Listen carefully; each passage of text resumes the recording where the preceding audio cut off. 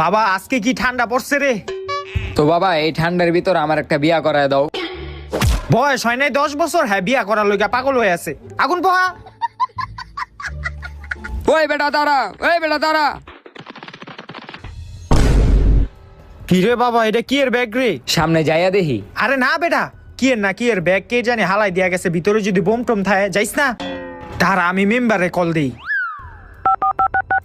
Hello member সাহেব, আরে তাড়াতাড়ি আমার বাসায় আন, কেডা জানে আমার বাসায় বোম ফালাই দিয়া গেছে।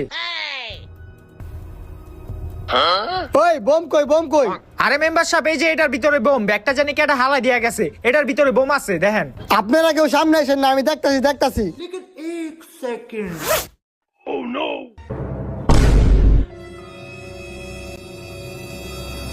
এই মেম্বার সাহেব কই যান, বোম তো ফাইটে যাইবো গা। সমস্যা নাই, আমি তখন লেগে আমার জীবন দিতেও রাজি আছি। স্যালুট মেম্বার সাহেব।